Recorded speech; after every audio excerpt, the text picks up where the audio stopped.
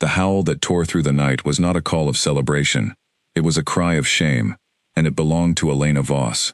She stood in the center of the pack circle, surrounded by hundreds of glowing eyes, every one of them fixed on her. Marcus Hale, the man the moon had chosen as her mate, stood only a few steps away, his jaw tight and his eyes cold. The whole pack had gathered to witness this moment, and Elena could feel the weight of their stares pressing down on her like stones. "I reject you, Elena Voss," Marcus said, his voice loud enough for everyone to hear. "You are not fit to stand beside me." The words hit her harder than any blow could have.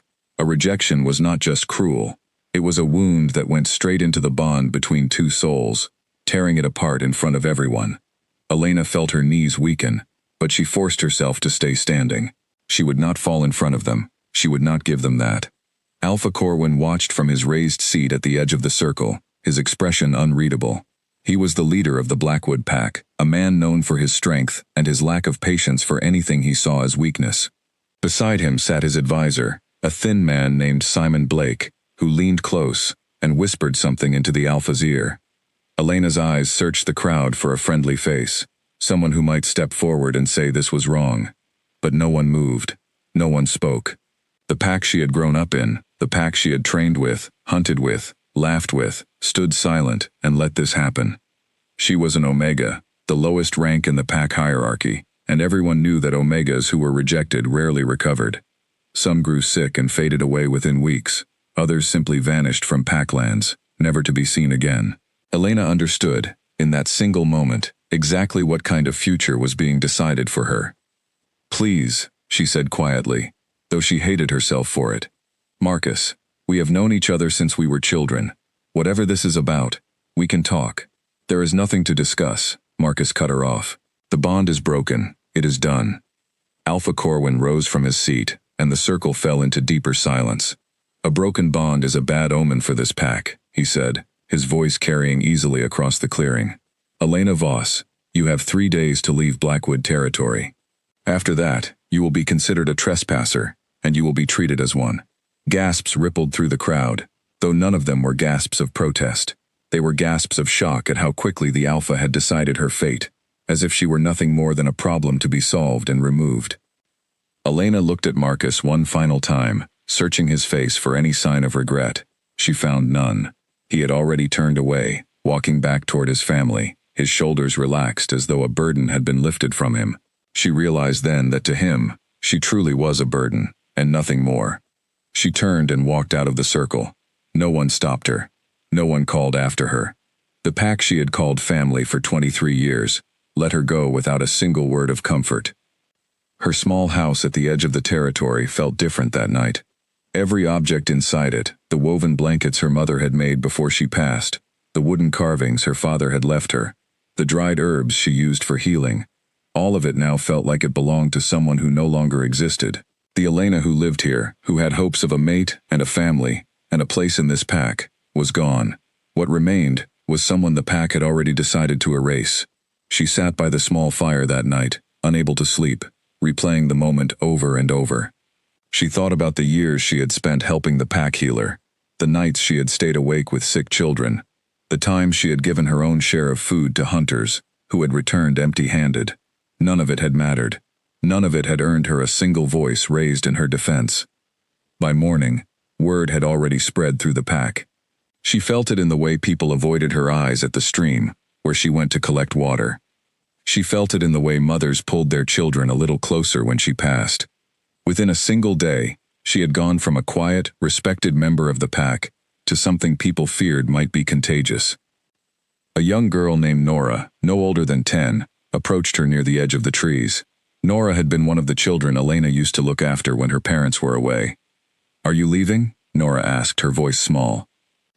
"I have to," Elena said gently, kneeling down to meet her eyes. "But I want you to remember something. None of this is because something is wrong with me. Sometimes the people who are supposed to protect us make choices that are not fair. That does not mean you should ever accept unfair treatment as normal." Nora's mother appeared moments later, pulling the girl away with an apologetic but firm look, as if being near Elena for even a few seconds longer would bring some kind of misfortune. Elena watched them go, her chest aching with a grief that had nothing to do with Marcus at all. It was the grief of losing an entire world, not just one person. She spent the next 2 days preparing what little she could carry. She was not allowed to take pack resources beyond her own belongings, and she had few of those to begin with. She packed dried meat, a water pouch, a blanket, a small knife, and the herbs she had collected over the years. She left behind the furniture, the carvings, and the memories tied to them, knowing that carrying grief alongside supplies would only slow her down. On the final night before her exile began, Elena walked to the edge of the territory alone. The border was marked by a line of tall stones, worn smooth by decades of wind and rain.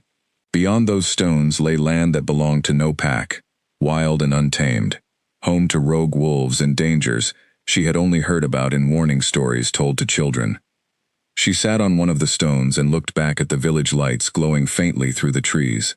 Smoke rose from chimneys, where families were gathering for dinner, safe and warm, unaware or uncaring that one of their own was about to disappear into the wilderness, with nothing but a small pack of supplies, and a heart that had been broken twice over, once by her mate, and once by everyone who had let it happen. She thought about running back, begging for mercy, promising to be smaller, quieter, less of a presence, so that they might let her stay. But something inside her resisted that thought. She had spent her whole life trying to be useful enough, good enough, quiet enough, to earn a place that should have been hers, simply by being born into this pack. She was tired of earning what other people were given, without question. If she was going to leave, she decided, she would leave with whatever dignity she had left. The next morning, as the sun rose over the treetops, Elena stood at the border stones one last time. A few pack members had gathered a short distance away, not to say goodbye, but to make sure she actually left. Among them was Marcus, standing beside a woman Elena barely recognized, someone who was clearly already being considered as his new potential mate. Elena felt the sting of it, but she refused to let it show on her face. She lifted her chin, adjusted the strap of her small pack, and stepped over the line of stones without looking back. The forest beyond the border was quieter than she expected. No pack scent marked these trees. No trails had been carved by regular use. It was simply wild land, indifferent to her presence, offering neither welcome nor threat. She walked for hours, following a stream that cut through the underbrush, unsure of where exactly she was heading. She had heard stories of a kingdom far to the north, ruled by a powerful alpha king, but that story had always felt distant and unreal, something told around fires, to explain why certain wolves never returned from long journeys. By midday, exhaustion began to creep into her limbs. The rejection had done more than break her heart. It had begun to break her body as well. Wolves who lost a mate bond often suffered physical weakness, a slow draining of strength that healers called the fading sickness. Elena had seen it happen to others. She had never imagined she would feel it happening to herself. Her steps grew heavier as the sun climbed higher. Her vision blurred at the edges, and her chest ached with a hollow, sick feeling that had nothing to do with hunger. She pressed a hand against a tree trunk to steady herself, breathing slowly, trying to force her body to keep moving. Just a little further, she whispered to herself. Find somewhere safe, just a little further. But her body had other plans. As she stumbled over a root hidden beneath fallen leaves, her legs finally gave out beneath her, and the world tilted sideways. The last thing she saw before darkness took her was the shape of an old, abandoned den carved into the side of a hill, half hidden by vines and moss, silent and waiting. She did not know how long she lay there. She did not know what waited inside that den, or what her collapse so close to its entrance would set into motion. All she knew, in the final seconds before her mind slipped away, was that she was utterly alone in the world, with no pack, no mate, and no one left who would come looking for her if she never woke up again. The forest around her stayed still, holding its breath, as if it too was waiting to see what would happen next. A soft, wet sound against her cheek pulled Elena back to consciousness. Her eyes fluttered open to a blur of gray light filtering through leaves above her, and for a moment she could not remember where she was, or why her whole body felt like it had been wrung out like a wet cloth. Then something small and warm pressed against her side, and she froze. She turned her head slowly, and found herself looking into the face of a wolf pup, no bigger than a house cat, its fur matted with dirt, and its ribs visible beneath a thin coat. Behind it, peering out from the shadows of the hillside den, were more small shapes, eyes wide and wary, watching her with the careful stillness of creatures who had learned that trust could be dangerous. Elena pushed herself up slowly, every muscle protesting the movement. She counted without meaning to, an old habit from her years helping the pack healer. 1 pup, 2, 5, 9. She kept counting until she reached 12, each one thinner and more exhausted looking than the last.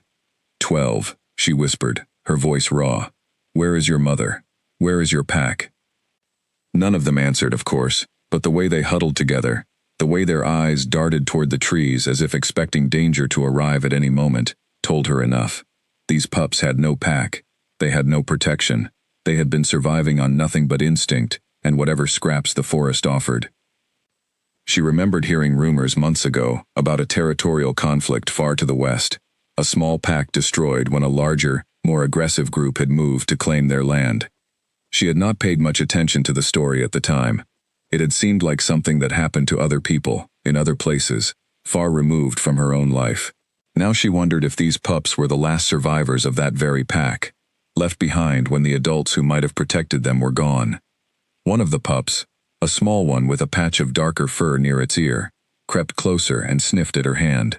Elena held perfectly still, letting the pup make its own choice. After a long moment, it pressed its nose against her palm and let out a soft, hopeful sound. Something inside Elena's chest, still raw and aching from her own rejection, cracked open in a different way. She understood, in that instant, exactly what these pups were feeling. Abandoned, forgotten, left to survive in a world that had decided they did not matter enough to protect.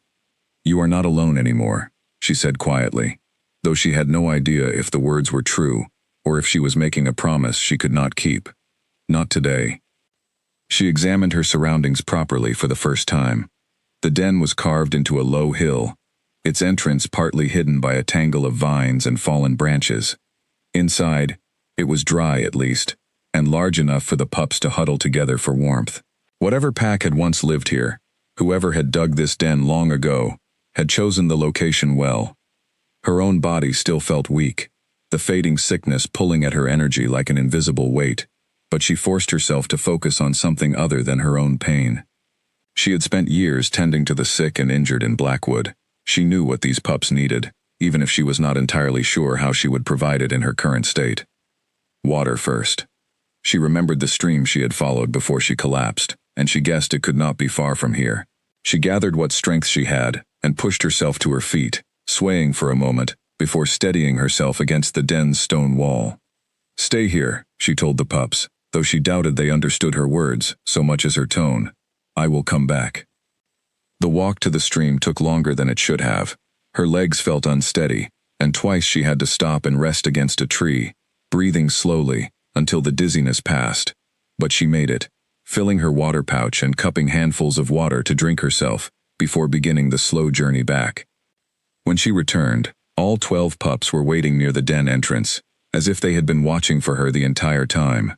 She knelt down and poured water into a shallow depression in a flat stone, watching as the pups crowded around it, drinking eagerly. Food would be a harder problem. She had brought only a small amount of dried meat with her, not nearly enough to feed 12 growing pups along with herself. She would need to forage, and soon, before her own strength gave out entirely.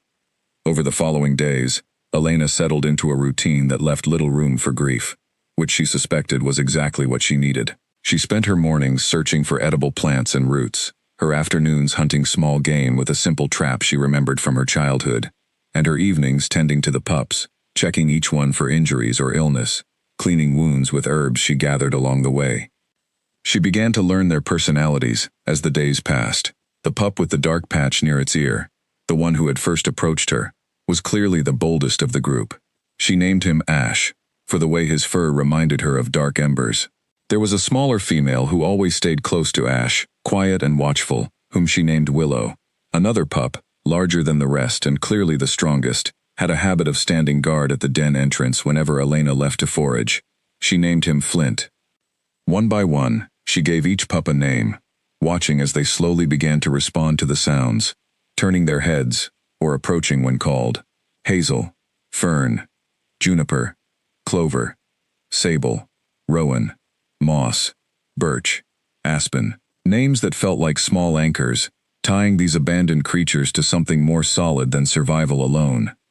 The work was exhausting, and there were nights when Elena collapsed onto the cold ground of the den, too tired even to eat the food she had gathered, surrounded by 12 small bodies that pressed close against her for warmth. But something strange happened as the days turned into weeks. The hollow, sick feeling in her chest, the fading sickness that had threatened to consume her after her rejection, began to ease. She realized, slowly, that having a purpose, having creatures who depended on her and trusted her, was pulling her back from the edge of despair that so many rejected Omegas fell into. She was not fading. She was fighting, every single day, for something more important than her own pain. But the forest beyond the den was not without its dangers. She had seen signs of larger predators during her foraging trips, tracks too large to belong to any of her pups, and once, in the distance, she had caught the scent of unfamiliar wolves moving through the territory. Whoever they were not pack wolves following the usual rules of territory and boundary. They moved like scavengers, searching for anything weak enough to take. Elena knew she could not protect 12 pups from a real threat on her own. Not in her current condition, not without a pack or allies of any kind. But she refused to let that fear stop her from doing what needed to be done. Every morning, she woke before dawn, checked on each pup, and began the day's work with a determination that surprised even herself. One evening, as she returned from checking her traps, she found Flint standing rigid at the den entrance, his small body tense, a low growl rumbling in his throat. Elena's blood ran cold. She dropped her gathered food and rushed forward, scanning the tree line for whatever had put the pup on alert. There, at the edge of the clearing, stood 2 lean, unfamiliar wolves, their eyes fixed on the den with an unmistakable hunger. Elena's heart pounded as she stepped in front of the den entrance, placing herself between the pups and the strangers. She had no pack behind her, no mate to call for help, no weapon beyond the small knife at her belt. She had only her own body, and her own will to stand between these 12 helpless pups, and whatever the 2 rogue wolves intended. "You are not welcome here," she said, her voice steadier than she felt. "Turn around and leave." The larger of the 2 rogue wolves let out a low, rumbling sound that might have been a laugh if wolves could laugh. He took a slow step forward, testing her resolve, and Elena felt her pulse hammering in her throat. She did not move. Behind her, she could hear the pups shifting nervously, and Ash's small growl joined Flint's, the 2 braver pups trying to stand their ground alongside her despite their tiny size. "I will not let you near them," Elena said, louder this time, her hand tightening around the handle of her small knife. "Whatever you are looking for, you will not find it here."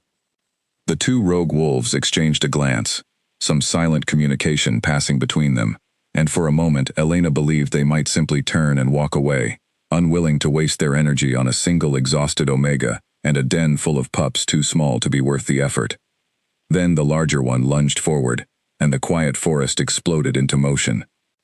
Elena barely had time to react before a powerful shape crashed through the underbrush from the opposite direction, moving faster than anything she had ever seen. A large, dark-furred wolf intercepted the rogue before it could reach her, driving it back with a force that sent both animals rolling through the dirt. The second rogue hesitated, clearly unprepared for this sudden interference, and within moments, the new wolf had positioned itself firmly between the 2 threats and the den, its posture radiating a kind of authority that made even the rogues take a cautious step back. Elena stood frozen, her knife still raised, watching as the powerful wolf let out a single, commanding growl.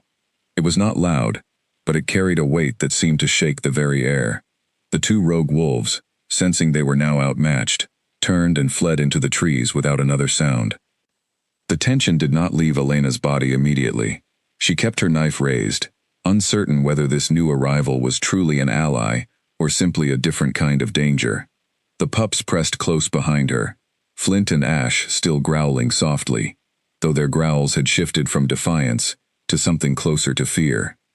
The large wolf turned to face her, and in the space of a single breath, its form shifted and stretched, fur receding into skin, 4 legs becoming 2, until a tall man stood where the wolf had been moments before. He wore simple traveling clothes, his dark hair damp with sweat from the brief chase, and his eyes, sharp and assessing, moved over Elena, the den, and the 12 pups gathered behind her. You should not be out here alone, the man said, his voice deep and calm, despite what had just happened. This land is dangerous for anyone traveling without pack protection, let alone someone caring for this many young. Elena finally lowered her knife, though she did not fully relax. Who are you? Damien Cross, he answered simply, as if the name should mean something to her, though in her exhausted state, it took her a moment to place it. Alpha King Damien Cross, ruler of the Ashford Kingdom, one of the most powerful territories in the region. Stories about him had reached even Blackwood, tales of a fair but formidable leader who commanded respect from every pack that bordered his lands. What is the Alpha King doing this far from his own territory? Elena asked, still cautious despite the relief flooding through her at the rogue's retreat. My scouts reported unusual activity along this border, Damien said, glancing toward the den entrance, where several pups now peeked out curiously, their fear giving way to a cautious curiosity of their own. A pack of unclaimed pups, thriving, despite having no adults to protect them. I came to investigate myself. Elena felt a flicker of unease. If word of the pups had already reached the Ashford Kingdom, it meant she and the 12 young wolves in her care were far more exposed than she had realized. She had assumed this stretch of unclaimed land offered some measure of privacy, a place where no one would notice or care what happened to a rejected Omega and a group of orphaned pups. Clearly, she had been wrong. They are not causing any trouble, she said quickly, stepping slightly in front of the den entrance again, an instinctive, protective gesture. I found them abandoned. I have been caring for them. We are not looking for conflict with anyone. Damien's expression softened slightly, though his sharp eyes did not leave her face. I did not come here looking for conflict either. I came because reports of unclaimed pups surviving this long, without a pack, without proper resources, are rare enough to warrant a closer look. What I found instead was someone defending them against real danger, alone, with nothing but a knife and her own will. Elena did not know how to respond to that. She was used to being overlooked, dismissed, treated as less important than the beta and alpha-ranked wolves around her. She was not used to someone looking at her the way Damien was looking at her now, as though her actions carried real weight and meaning. You are exhausted, Damien observed, his tone shifting into something more practical. And unwell, if I am reading the signs correctly. Fading sickness, from a broken bond, if I am not mistaken. Elena's cheeks flushed with a mixture of embarrassment and defensiveness. That is not something that concerns you. Perhaps not, Damien agreed easily, not pressing the point. But it does concern me that 12 pups are depending on someone who may not have the strength to keep caring for them much longer. Rogue wolves like the 2 who just fled do not give up easily. They will return, likely with more of their kind, once they realize how few defenders stand between them and an easy meal. The blunt honesty of his words sent a chill through Elena, though she appreciated that he was not softening the truth simply to be polite. She had already suspected as much herself, lying awake at night wondering how long she could keep this small, makeshift family safe, with nothing but her own exhausted body standing guard. What do you propose then? She asked carefully. Damien studied her for a long moment before answering. I propose nothing tonight, beyond making sure those rogues do not return before morning. I will stay nearby, at a distance, so as not to frighten your pups further. Tomorrow, once you have rested, we can discuss what options might actually help you and them survive out here. Elena wanted to refuse, some deep wounded part of her recoiling at the idea of depending on anyone else's protection after everything Blackwood had taken from her. But exhaustion and practicality won out over pride. She was in no condition to argue, and the safety of 12 pups mattered more than her own bruised sense of independence. Thank you, she said finally, the words feeling strange and unfamiliar after weeks of relying only on herself. That night, for the first time since her exile began, Elena slept without waking, every hour to check for danger. She was aware, in the back of her mind, of a large shape settled a short distance from the den entrance, keeping silent watch through the darkness, and though she barely knew this man, something about his presence allowed her body to finally rest. She woke the next morning to the sound of the pups playing, tumbling over each other near the stream, their small bodies more energetic than she had seen since finding them.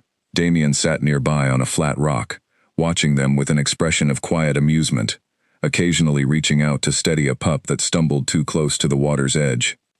They trust you already, Elena said, approaching slowly. Animals often know who means them harm and who does not, faster than people do, Damien replied, not looking away from the pups. You have done something remarkable here, caring for 12 abandoned lives, while barely able to care for yourself. Elena sat down on a nearby log, watching Ash chase Willow in a wide circle, while Flint stood guard nearby, ever watchful even in play. I did not have a choice. When I found them, I could not simply walk away. Many would have, Damien said quietly. Most would have. That is what makes what you did remarkable. They sat in silence for a while, watching the pups play, the tension of the previous night slowly fading into something calmer. Eventually Damien spoke again, his tone more serious. I want to offer you something, Elena.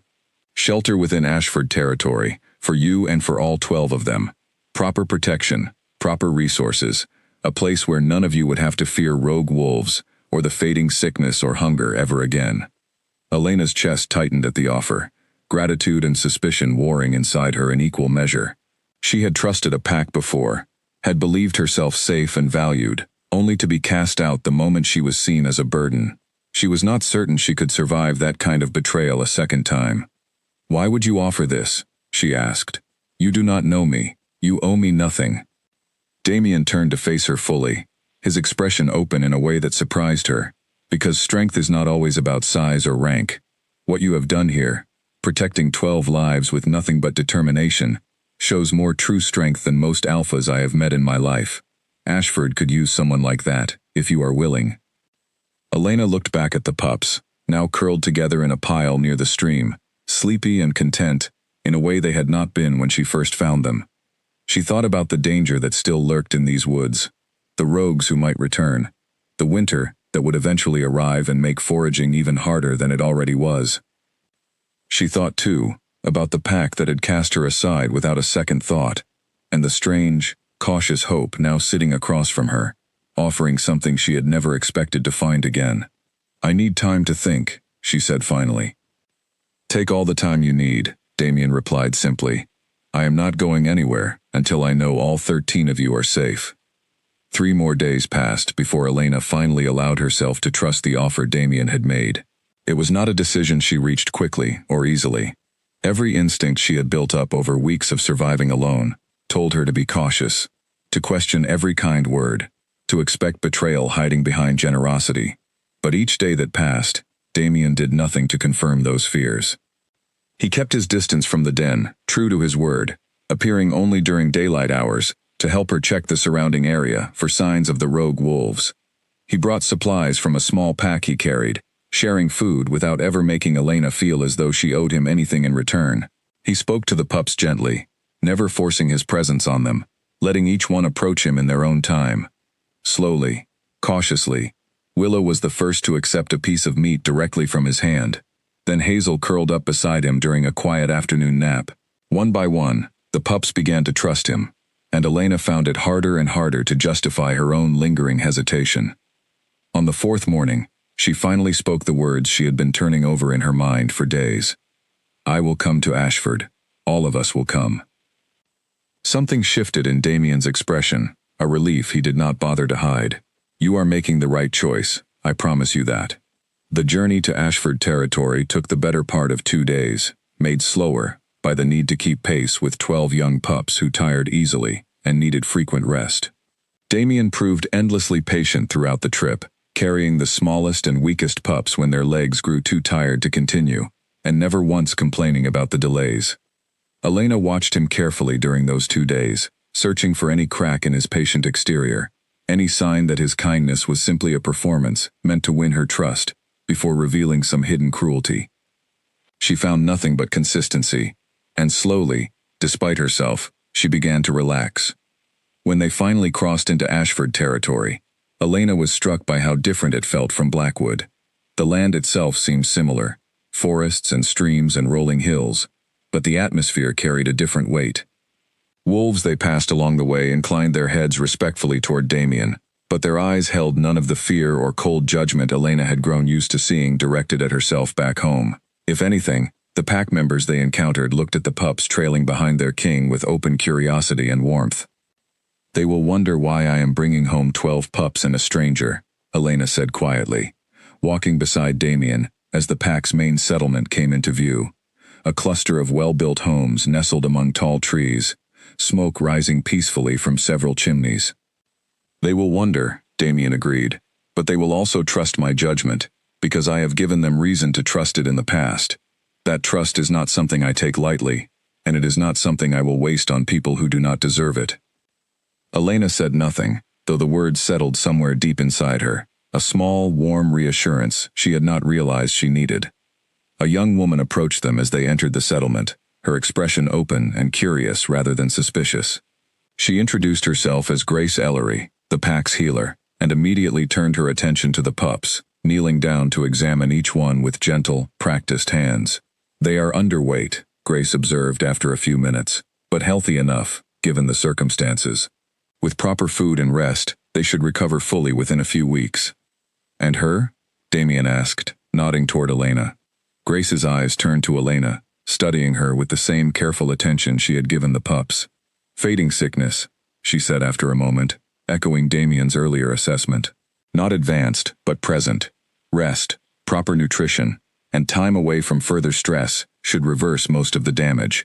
The bond break itself cannot be undone, but the body can heal from its effects, given the chance." Elena felt a strange mixture of relief and vulnerability at being so easily read by a stranger. She was used to hiding her weaknesses, used to pretending strength even when she felt none. Being seen so clearly, and cared for so readily, was an unfamiliar experience. Over the following weeks, Elena and the 12 pups settled into a rhythm within Ashford territory that felt almost unbelievable after everything they had endured. A small house near the edge of the settlement was set aside for them, larger than anything Elena had lived in before, with enough space for all 12 pups to have room to grow and play. Grace visited regularly to check on everyone's health, and slowly, the hollow, tired feeling that had haunted Elena since her rejection began to fade entirely. Her strength returned. Color came back to her face. She found herself laughing again, something she had not done since the night Marcus stood in front of the pack and declared her unworthy. The pups thrived even more visibly than she did. Ash and Flint, always the boldest, quickly became fixtures among the younger pack members, playing and training alongside Ashford's own pups despite their unusual origins. Willow grew more confident by the day, no longer hiding behind Elena's legs whenever a stranger approached. Even the quieter ones, Fern and Juniper and Moss, began to show small signs of a playfulness Elena had not seen in them before, buried until now beneath months of fear and survival. Damien visited often, always with some small reason, checking on the pup's progress, bringing Elena updates on pack matters, or simply sitting with her in comfortable silence as the pups played nearby. She found herself looking forward to these visits more than she wanted to admit, and she noticed, too, the way his presence seemed to ease something in her chest that had been tight and aching for months. She was careful, though, not to let herself hope for too much. She had trusted before, had believed herself valued and wanted, only to have that belief shattered in front of an entire pack. She was not willing to walk into that kind of pain again, without being certain of solid ground beneath her feet. But Ashford's pack members, too, began to treat her with a warmth she had never experienced in Blackwood. A woman named Agatha, one of Damien's senior advisors, began teaching her more advanced healing techniques, impressed by the knowledge Elena had already gained through years of informal practice. A warrior named Ronan took an interest in training Ash and Flint, recognizing early signs of strength and leadership in both young pups. Even the pack's beta, a steady, quiet man named Felix, made a point of greeting Elena warmly whenever their paths crossed. Slowly, without quite realizing when it happened, Elena began to feel something she had almost forgotten was possible. She began to feel like she belonged somewhere.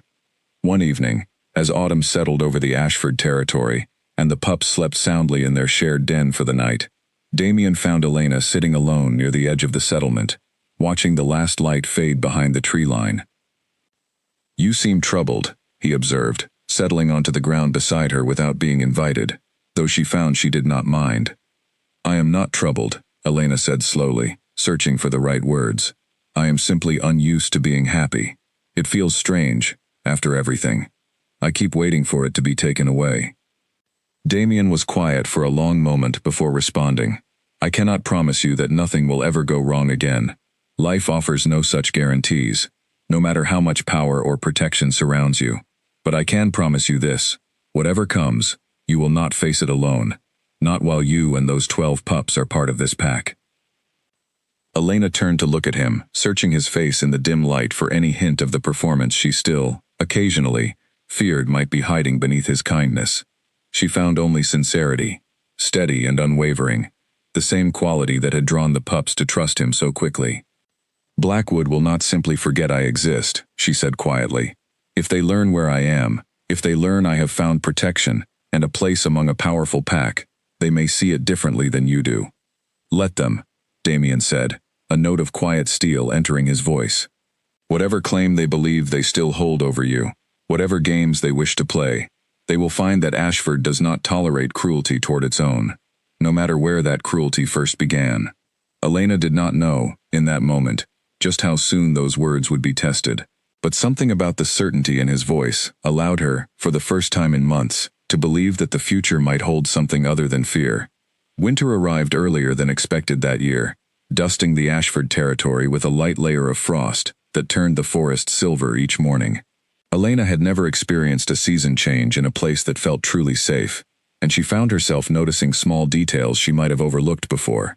The way frost patterns formed on the windows, the way the pups' fur thickened as their bodies adjusted to the cold, the way smoke curled from chimneys across the settlement in the early morning light. Her role within the pack had grown steadily since arriving. What began as simple assistance to Grace in the healing house had evolved into something more substantial.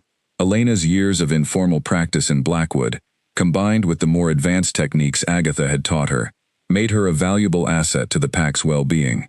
She spent her mornings tending to minor injuries and illnesses, her afternoons continuing to care for the pups, who were growing stronger and more independent by the week, and her evenings often spent in quiet conversation with Damien, discussing pack matters or simply enjoying each other's company. She had not expected to find comfort in routine again so soon after her life had been torn apart. But comfort was exactly what she found. The 12 pups, now clearly recovering both physically and emotionally from their early abandonment, had become fully integrated into the daily rhythm of Ashford life.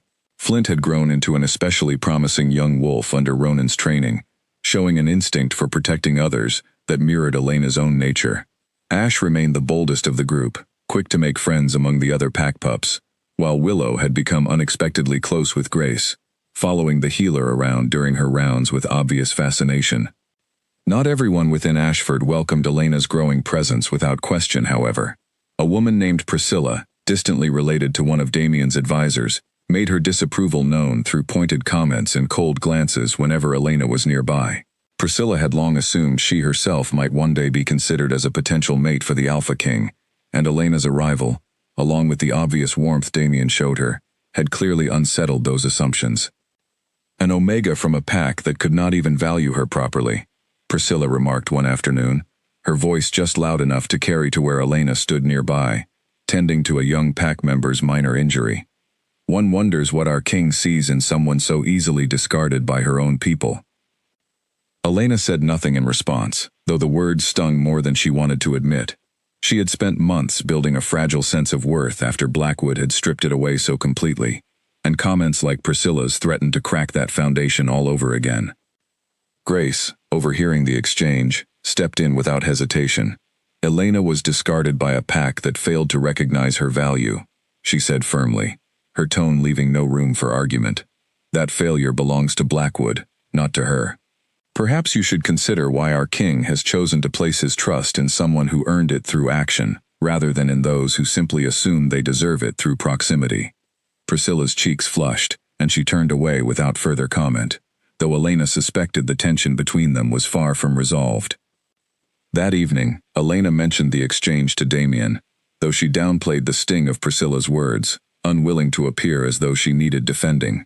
Damien listened quietly, his expression darkening slightly as she spoke. Priscilla's opinions do not reflect the pack as a whole, he said firmly, once Elena had finished, and they certainly do not reflect my own. You have proven your worth many times over since arriving here, Elena, not through blood or rank, but through choices that most people, myself included, would struggle to make under the same circumstances. I do not need defending, Elena said, though the words came out softer than she intended. No, Damien agreed. You do not.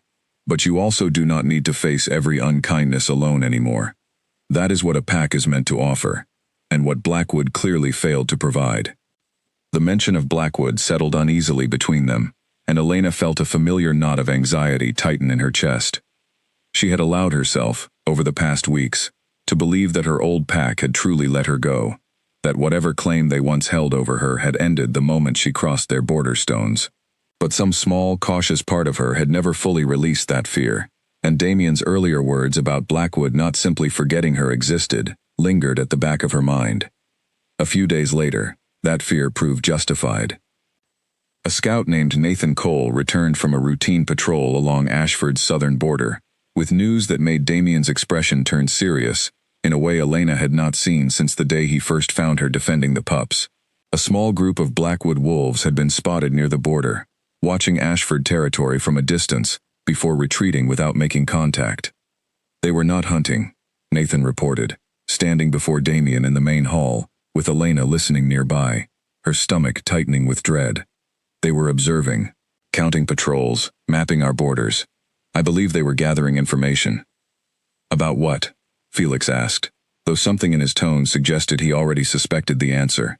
Damien's eyes moved to Elena, and she felt the weight of every gaze in the room shift toward her as well. About her, Damien said quietly. Word has likely reached Blackwood that Elena and the pups she rescued are under Ashford's protection now. They are trying to determine how deep that protection runs before deciding how to respond. Elena felt sick, the old fear from her final days in Blackwood, rising back to the surface with unwelcome familiarity. She had believed, foolishly perhaps, that distance alone would be enough to keep her safe from whatever judgment her old pack might still hold over her. Clearly, that belief had been misplaced. What will they do? She asked, her voice quieter than she intended. I do not know, Damien admitted honestly, but I intend to find out before they take any action that might endanger you or the pups. That night, sleep did not come easily to Elena. She lay awake in the small house that had become her home, listening to the soft breathing of 12 pups curled together nearby, and wondered what Blackwood might want with her now, months after casting her aside without a second thought. She had nothing left that belonged to them, no title, no bond, no claim they could reasonably assert. Unless, she realized with a growing sense of unease, they wanted something else entirely, not her, specifically, but the value that came with her survival, the story of an Omega who had not merely faded away as expected, but had instead found protection under one of the most powerful packs in the region.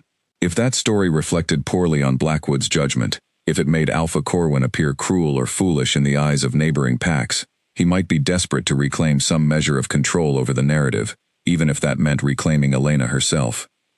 She did not sleep well that night, and the following morning, she found Damien already awake, standing near the edge of the settlement, staring out toward the southern border with an expression she could not quite read. You should not worry yourself over this, he said, sensing her approach without turning. Whatever Blackwood intends, they will find Ashford is not an easy target, and you are not an easy prize to reclaim. I am not a prize at all, Elena said, a flare of the old defiance rising in her chest. I am a person, Damien, and I have already given Blackwood enough of my life.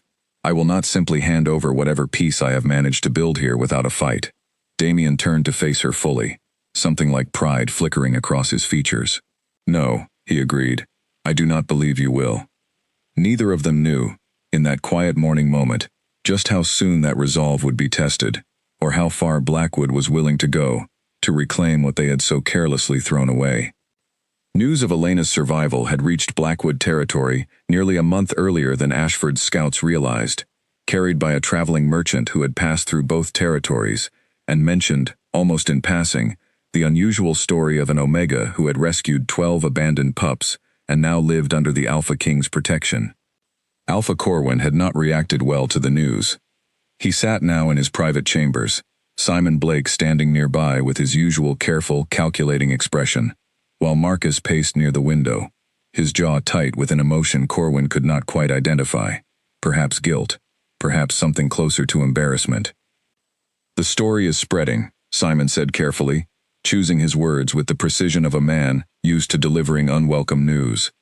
Neighboring packs, speak of it with admiration. An Omega, rejected and left to die according to our own customs, instead, saved 12 innocent lives and earned the protection of Ashford's king. It does not reflect well on Blackwood's judgment. She was an Omega, Corwin snapped, his patience already thin. Rejected Omegas fade. That is simply how these things work. Her survival is an anomaly, nothing more. Perhaps, Simon said carefully, but anomaly or not, other alphas are beginning to question our decision. If an Omega we discarded proved capable of such resilience and compassion, what does that say about our judgment in casting her aside so quickly? Some packs are already suggesting Blackwood acted rashly, perhaps even cruelly, in how the rejection was handled. Corwin's expression darkened further. He had built his reputation over decades as a strong, decisive leader, and the idea that a single Omega's unexpected survival might tarnish that reputation infuriated him in ways he struggled to fully articulate. "What do you suggest, then?" he asked finally, turning his sharp gaze toward his advisor. Simon hesitated only briefly before answering. "Reclaim her, publicly. Demonstrate that Blackwood does not simply abandon its own without cause, and that whatever assistance Ashford has provided was merely temporary, a courtesy extended between packs, rather than any permanent claim. If Elena Voss returns to Blackwood, even briefly, it repairs the narrative significantly." Marcus finally spoke, his voice tight. "She will not agree to return willingly. Not after everything."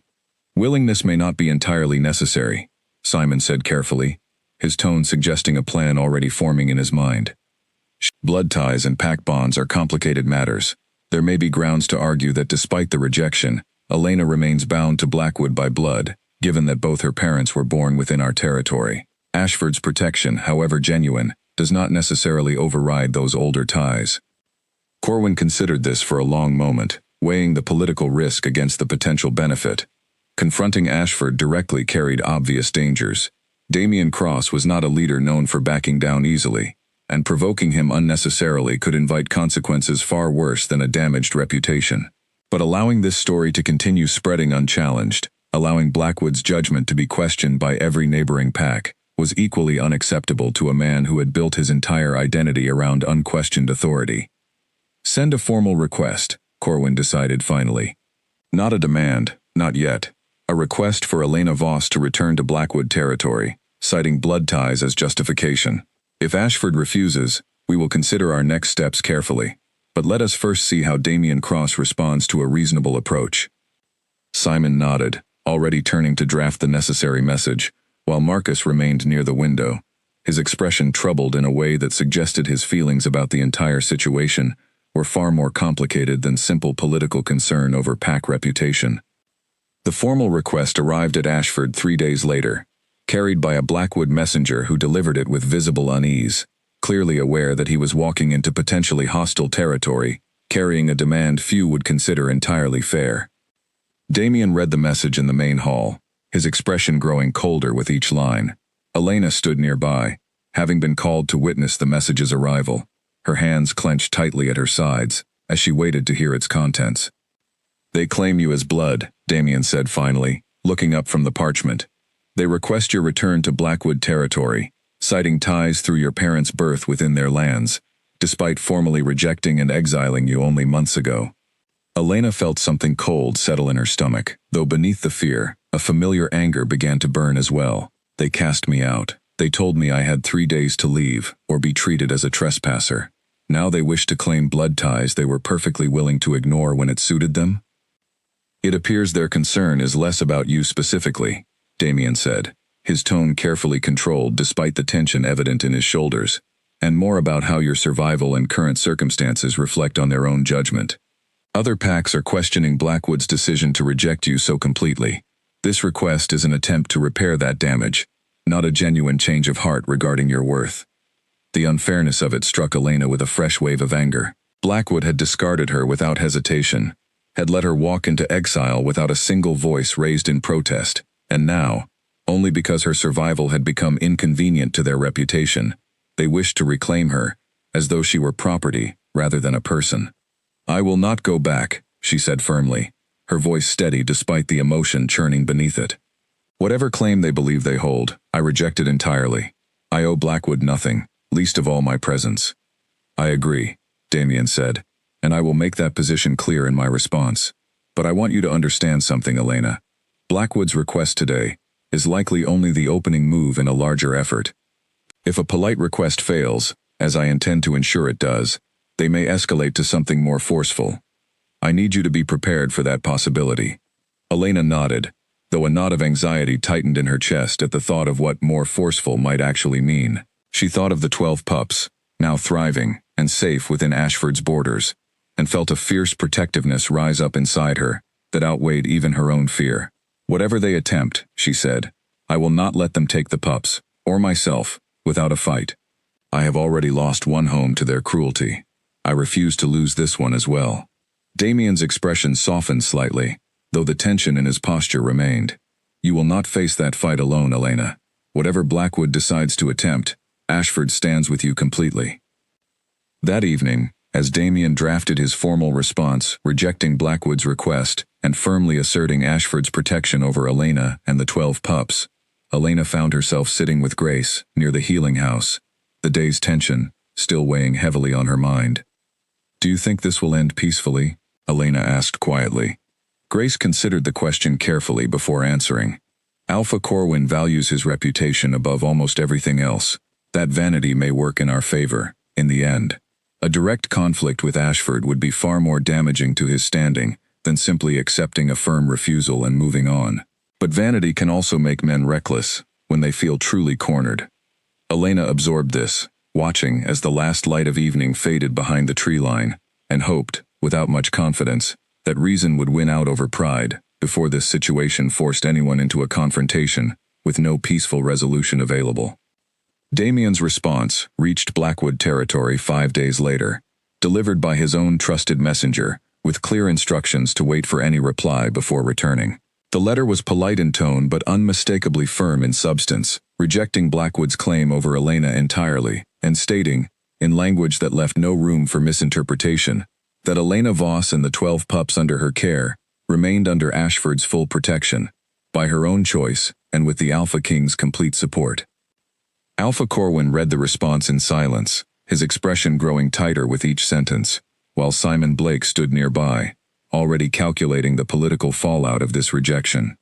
He is firm, Simon observed carefully, but not hostile. This leaves room for further negotiation, if approached correctly.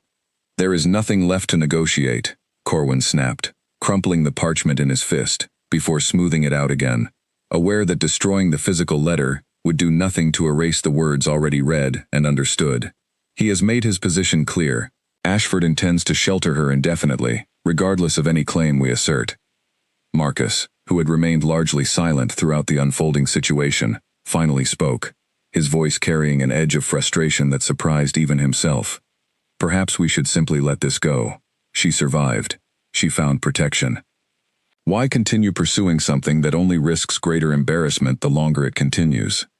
Corwin's sharp gaze snapped toward him. Because every day this story continues spreading. Every day neighboring packs whisper about Blackwood's cruelty and poor judgment. Our standing weakens further. I did not build this pack's reputation over decades, only to watch it crumble, because 1 Omega proved more resilient than expected. She is not simply 1 Omega, Marcus said, an unfamiliar heat entering his voice. She is someone I knew my entire life, someone who trusted our pack completely, and we discarded her without a second thought. Perhaps the embarrassment we feel now is simply the natural consequence of that cruelty, rather than something we can fix through further demands. The room fell into an uncomfortable silence at Marcus's unexpected outburst. Corwin studied his beta carefully, noting the shift in his demeanor with obvious displeasure. You are allowing sentiment to cloud your judgment, Corwin said finally, his voice cold. This is no longer about Elena Voss as an individual. This is about Blackwood standing among every pack that borders our territory. If we allow Ashford to simply dismiss our claim without consequence, we signal weakness to every rival pack watching this situation unfold. Simon, ever the pragmatist, stepped in before the tension between Alpha and Beta could escalate further. There may be another approach worth considering.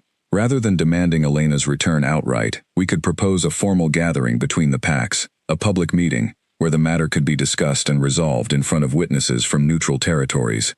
This would demonstrate Blackwood's willingness to handle the matter diplomatically, while still asserting our position publicly. Corwin considered this suggestion for a long moment, weighing the potential benefits against the risks of a public confrontation that might not go entirely in his favor. But the alternative, simply allowing this humiliation to fade unaddressed, felt entirely unacceptable to a man whose authority depended so heavily on maintaining an image of unquestionable strength. Arrange it, Corwin decided finally. A formal gathering, at neutral ground along our shared border, with witnesses from surrounding territories present. Let us see how Ashford's king responds when forced to defend his position in front of an audience, rather than through private correspondence. News of the proposed gathering reached Ashford within the week, and Damien called Elena to discuss the matter privately before responding to Blackwood's formal invitation. They wish to make this public, Damien explained, his expression thoughtful rather than alarmed. A gathering at the border, with witnesses from neighboring packs present. They likely believe this will pressure me into reconsidering my position, or perhaps hope to publicly shame you into agreeing to return voluntarily. Elena felt a familiar knot of anxiety tighten in her chest at the thought of standing before a crowd of witnesses again, so soon after the humiliation of her rejection had unfolded in almost identical circumstances. Standing before a pack, watched by everyone, while my worth is debated as though I have no voice in the matter myself. Damien's expression softened, and he stepped closer, though he stopped short of touching her, respecting the careful boundaries she had maintained since arriving in Ashford. You would have a voice this time, Elena. This gathering would not unfold like your rejection did. You would stand beside me, not alone, and unsupported, and you would have every opportunity to speak for yourself, should you choose to. Elena considered this, turning the idea over carefully in her mind. She thought of Marcus's cold rejection, of Alpha Corwin's swift, uncaring decision to exile her, of the silence from every pack member who had watched it happen without protest. She thought, too, of the 12 pups now thriving safely within Ashford's borders, of Grace's careful medical attention, of Ronan's patient training with Flint, of the warmth and belonging she had found in a place that had, only months ago, been entirely unknown to her. If I do this, she said finally, I want to speak for myself. I do not want you or anyone else deciding my fate in front of a crowd, the way it was decided for me once before. That is entirely your right, Damien said firmly. Whatever you choose to say, whatever you decide, I will support you completely. This is your story to tell, Elena, not mine, and not Blackwood's. The decision to accept Blackwood's proposed gathering was not made lightly, but ultimately, Elena agreed, driven by a fierce determination to finally speak her own truth in front of the very people who had once decided her fate, without ever asking what she wanted. As preparations began for the gathering, word spread quickly through Ashford territory, and Elena found herself surrounded by unexpected support. Grace offered to accompany her for medical reasons, citing the fading sickness that, while much improved, still warranted careful monitoring during times of stress.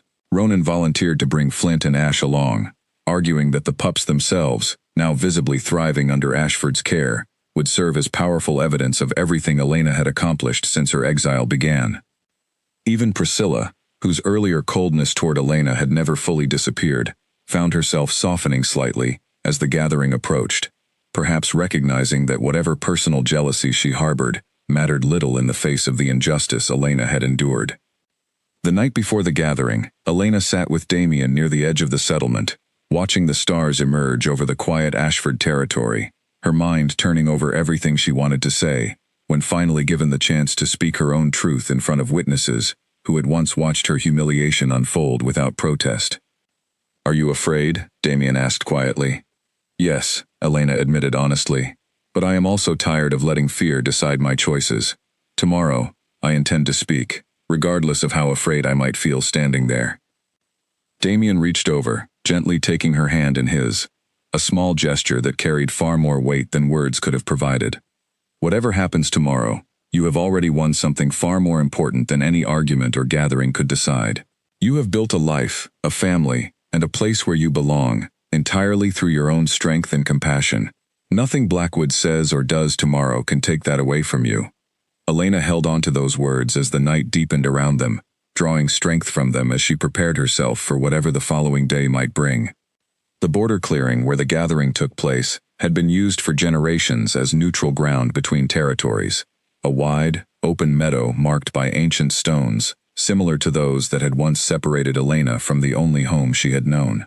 Standing at its edge now, months later, she felt the strange symmetry of the moment settle over her, though this time, she was not alone, and this time, she intended to leave with her dignity fully intact, rather than stripped away by someone else's cruel decision.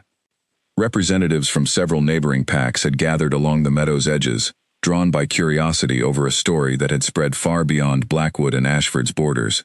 Elena recognized none of their faces, but she felt their eyes on her regardless, assessing, curious, waiting to see how this unusual confrontation would unfold.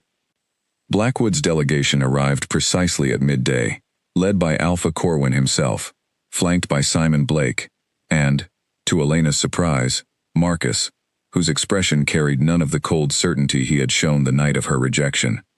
Instead, he looked uncertain, almost troubled, his eyes flickering toward Elena before quickly looking away.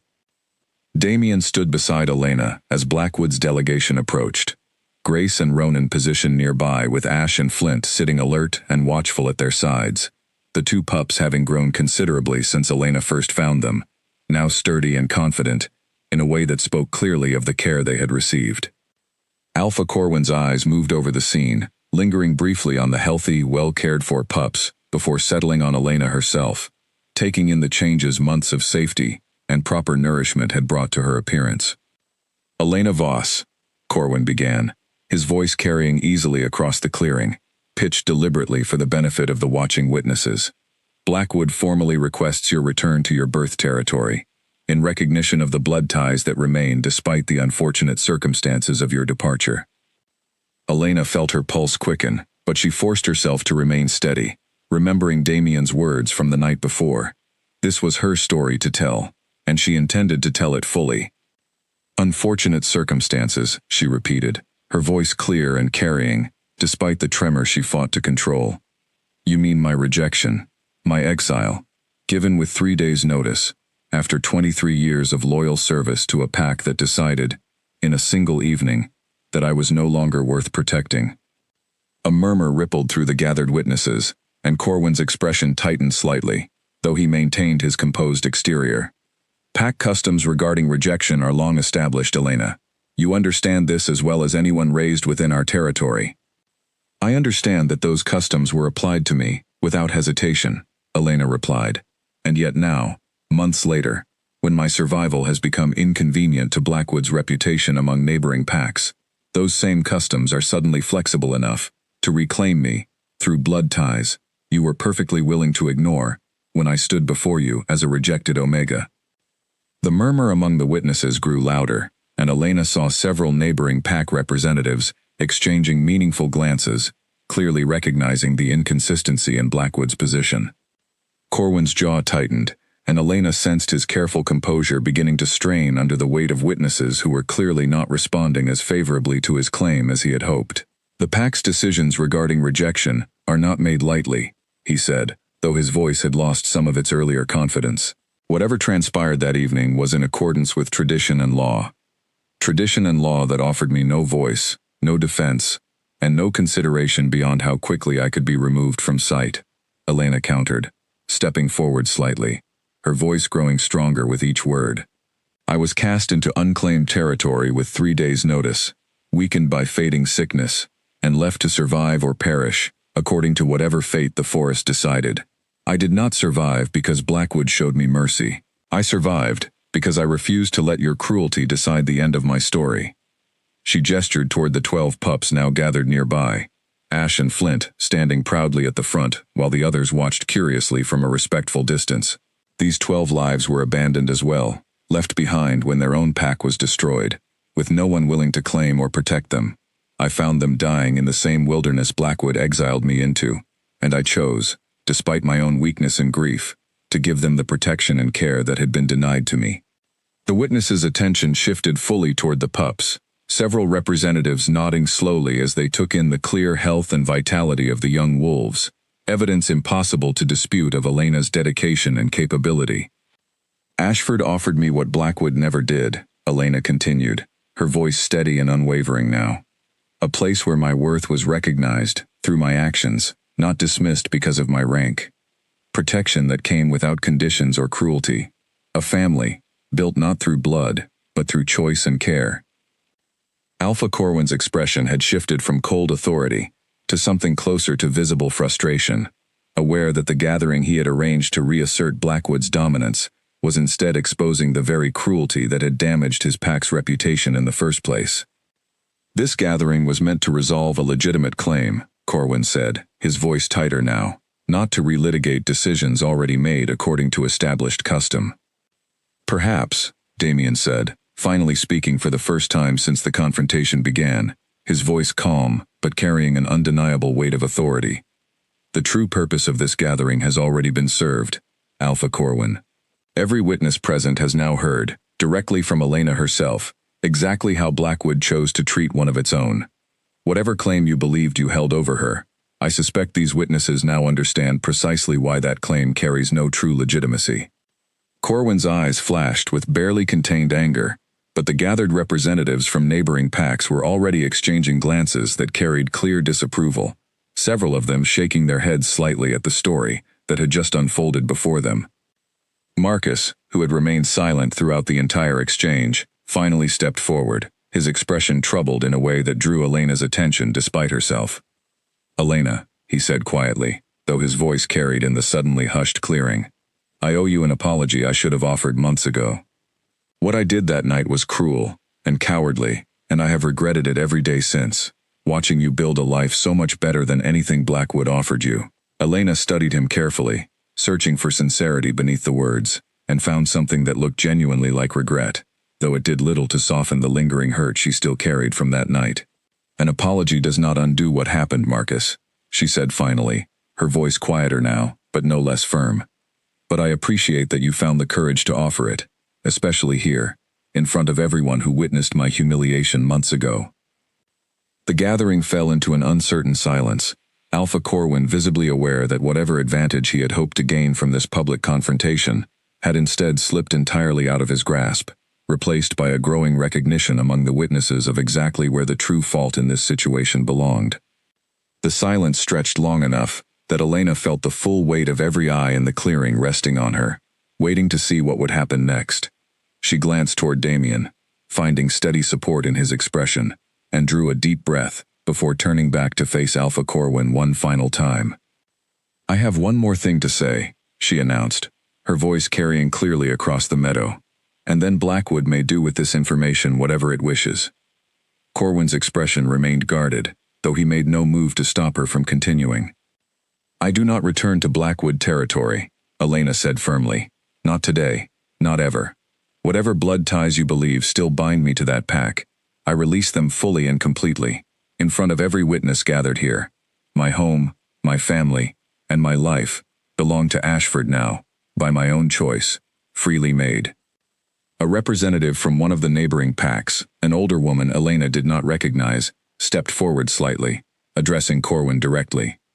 "It seems clear, Alpha Corwin, that whatever claim you hope to establish here today has been thoroughly answered.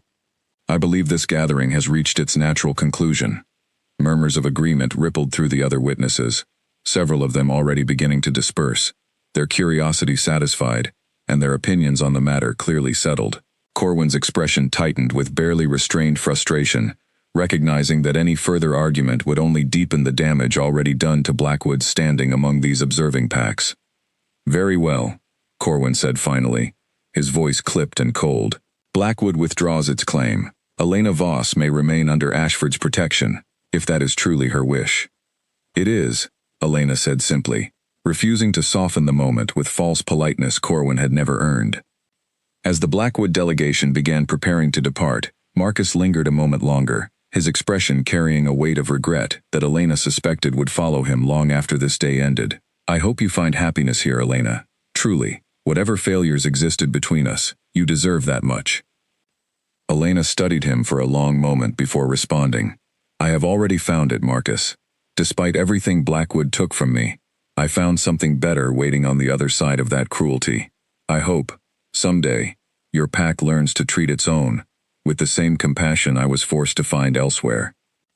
Marcus nodded once, something like genuine understanding passing across his features, before turning to follow Corwin and Simon back toward Blackwood territory, the delegation's retreat far less triumphant than their arrival had suggested it might be. As the clearing slowly emptied of witnesses and neighboring pack representatives, Elena felt an overwhelming wave of relief wash over her, the tension of the past weeks finally beginning to release from her shoulders. She turned to find Damien watching her with an expression of quiet pride that warmed her more than she expected. "You did that," he said softly, "every word of it, spoken entirely in your own voice." "I could not have done it without knowing you stood beside me," Elena admitted, allowing herself for the first time to fully acknowledge how much his steady support had meant throughout this entire ordeal. Grace approached with Ash and Flint trotting proudly beside her, both pups clearly sensing the shift in atmosphere from tension to relief, their tails wagging as they pressed close against Elena's legs. The other 10 pups, who had waited nearby under Ronan's watchful care, soon joined them as well, forming a small, warm circle around Elena that felt, in that moment, like the truest definition of family she had ever experienced. "Blackwood will not trouble you again," Damien said, watching the last of their delegation disappear into the tree line. Whatever standing Corwin hoped to protect today, he has instead confirmed, in front of every neighboring pack, exactly the kind of leadership he represents. I doubt he will risk further public embarrassment by pursuing this matter again. Elena felt a genuine, unguarded smile spread across her face, the first true sense of closure she had experienced since the night of her rejection so many months ago. "Then perhaps this truly is over." "Perhaps," Damien agreed, "though I suspect what comes next matters far more than what has finally ended." Elena looked up at him, curious at the shift in his tone, and found him watching her with an expression that carried something deeper than simple relief or satisfaction. "What do you mean?" she asked. Damien hesitated only briefly before continuing, his voice steady despite the vulnerability evident beneath his words. "I mean, Elena, that these past months have shown me something I did not expect to find when I first discovered you defending 12 abandoned pups in that forest. I have watched you rebuild not only your own life, but the lives of every young wolf who now calls Ashford home. I have watched you face cruelty and injustice with a strength few could match, and I find myself, increasingly, unwilling to imagine my own life without you, and these 12 pups fully part of it." Elena's breath caught, understanding beginning to dawn even before he finished speaking. "I am not offering you protection any longer, Elena," Damien continued. "I am asking whether you might consider a different kind of bond entirely, one built not on desperation or circumstance, but on genuine choice and mutual respect, exactly the kind of bond you deserve after everything Blackwood denied you." The clearing around them had emptied almost entirely now, leaving only Elena, Damien, Grace, Ronan, and the 12 pups who watched the exchange with unusual stillness, as though even they sensed the significance of the moment unfolding before them.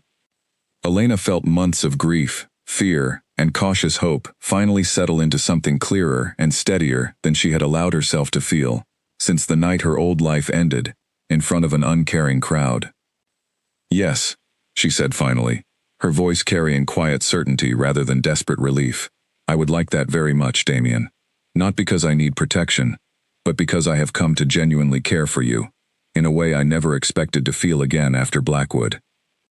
Damien's expression broke into something rare and warm, a genuine smile that transformed his usually composed features into something far softer, and Elena found herself smiling in return, surrounded by the 12 pups who had, through no plan of their own, led her directly to this unexpected new beginning. Spring arrived in Ashford territory, with a gentleness that felt, to Elena, like the natural conclusion of everything she had endured over the past year. The frost had long since melted from the forest floor, replaced by new growth pushing eagerly through soil that had been frozen only months before, and the 12 pups who had once huddled together in a cold, abandoned den now ran freely across the settlement grounds, healthy, confident, and utterly unrecognizable from the fragile, starving creatures Elena had first discovered. The ceremony took place in the same meadow where Blackwood's failed attempt to reclaim her had unfolded months earlier, though the atmosphere on this particular morning could not have felt more different.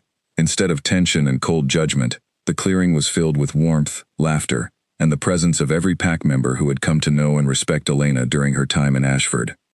Grace stood near the front of the gathered crowd, her expression carrying the particular pride of someone who had watched Elena's health and spirit fully restore itself over the months since their first meeting. Ronan stood nearby with Ash and Flint, both pups now grown considerably, their training under his patient guidance having shaped them into confident, capable young wolves who stood proudly beside the man who had helped nurture their potential. Even Priscilla, whose earlier coldness had long since faded into genuine respect, stood among the gathered witnesses, her expression carrying none of the resentment she had once harbored, replaced instead by an understanding of exactly why Damien had chosen someone whose strength and compassion had proven themselves so many times over. Felix, Ashford's steady beta, stood at Damien's side as the ceremony began, his presence a quiet reassurance of the pack's full support for this new bond being formed. Simon Blake, curiously, had also traveled from Blackwood territory to witness the occasion, sent, Elena suspected, less out of genuine goodwill and more out of Alpha Corwin's desire to maintain whatever diplomatic relationship remained possible between the two territories after the previous gathering's public embarrassment. Marcus was notably absent, though word had reached Elena weeks earlier that he had begun advocating within Blackwood for reforms to the pack's treatment of rejected Omegas, a small but meaningful shift she hoped might prevent others from experiencing the same cruelty she had endured. As Elena stood before Damien in the center of the meadow, surrounded by 12 pups who now sat calmly in a neat row nearby, watching the proceedings with an attentiveness that suggested they understood, in their own way, the significance of what was unfolding, she felt none of the fear or uncertainty that had gripped her the last time she stood in a clearing, surrounded by watching eyes. "A year ago," Damien began, his voice carrying easily across the gathered crowd, "I found a woman defending 12 abandoned lives, with nothing but her own exhausted strength and unwavering determination. She had been cast aside by those who should have protected her, told she was unworthy simply because of her rank, and left to survive or perish, according to a cruelty disguised as tradition." He turned to look at Elena directly, his expression open in a way that made her chest tighten with emotion. Instead of fading, as her old pack expected, she chose compassion. She chose to give 12 helpless pups the protection and care that had been denied to her, and in doing so, she showed a strength that few alphas, myself included, could hope to match. Elena felt tears gathering at the corners of her eyes, though they carried none of the grief that had accompanied her tears during her final days in Blackwood. These tears felt like release, like the final closing of a wound that had taken an entire year to fully heal. "Today," Damien continued, "I do not simply offer Elena Voss my protection. I offer her my full partnership, as my mate and as Luna of Ashford, a title she has earned many times over through her actions, rather than simply through circumstance or bloodline. And alongside her, I formally welcome Ash, Flint, Willow, Hazel, Fern, Juniper, Clover, Sable, Rowan, Moss, Birch, and Aspen, as full members of Ashford's royal pack, no longer merely rescued pups, but recognized and valued members of this family." A cheer rose from the gathered crowd, and Elena felt the full weight of the moment settle over her, warm and overwhelming in the best possible way. She looked down at the 12 pups nearby, each one now healthy, confident, and fully secure in a home that had once seemed impossibly out of reach, and felt a fierce, protective pride swell within her chest. "I accept," she said finally, her voice steady and clear despite the emotion coursing through her. "Not because I need protection, and not because I have anywhere else to go. I accept because Ashford has shown me, time and again, exactly what a true pack should be, and because you, Damien, have shown me that strength and kindness are not opposites, but partners." The ceremony concluded with a warmth and celebration that stretched long into the evening, the entire settlement gathering to share food, stories, and laughter, in honor of the new bond formed at its center. Elena moved through the crowd throughout the celebration, accepting congratulations from pack members who had, over the past year, become as much her family as the 12 pups she had rescued from that abandoned den. Late that evening, as the celebration finally began to quiet and most of the settlement retired for the night, Elena found herself standing alone with Damien near the edge of the meadow, watching the 12 pups sleep soundly nearby, after a day filled with excitement and celebration. "Word of today will reach Blackwood soon enough," Damien observed quietly, watching the pups with the same warmth Elena had come to associate with his quiet moments of reflection. "Let it," Elena said, settling comfortably against his side. Let every pack that hears this story understand exactly what happened here. An Omega they discarded as worthless found not only survival, but an entire family, a partner, and a home built on genuine respect rather than cruel tradition. A year ago, Damien said softly, you told me you were tired of earning what others were given, without question. I hope, in some small way, Ashford has given you a place where you no longer need to earn your worth, because it was never in question to begin with. Elena looked up at him, then out toward the 12 sleeping pups whose lives had been so completely intertwined with her own since that fateful day in the forest, and felt a deep, settled peace she had once believed she would never experience again. She had arrived in this territory a year ago, as a rejected Omega, cast aside and left for dead by a pack that valued rank over character. She stood here now as Luna of Ashford, surrounded by a family she had built through compassion rather than blood, proof that true belonging was never about the circumstances of one's birth, but about the strength to choose kindness, even when the world had shown none in return. The 12 pups stirred softly in their sleep as a gentle breeze moved through the meadow, and Elena smiled, knowing that whatever challenges the future might bring, she would face them exactly as she had faced everything since that cold night of her rejection, not alone, not afraid, and surrounded by a family entirely of her own making.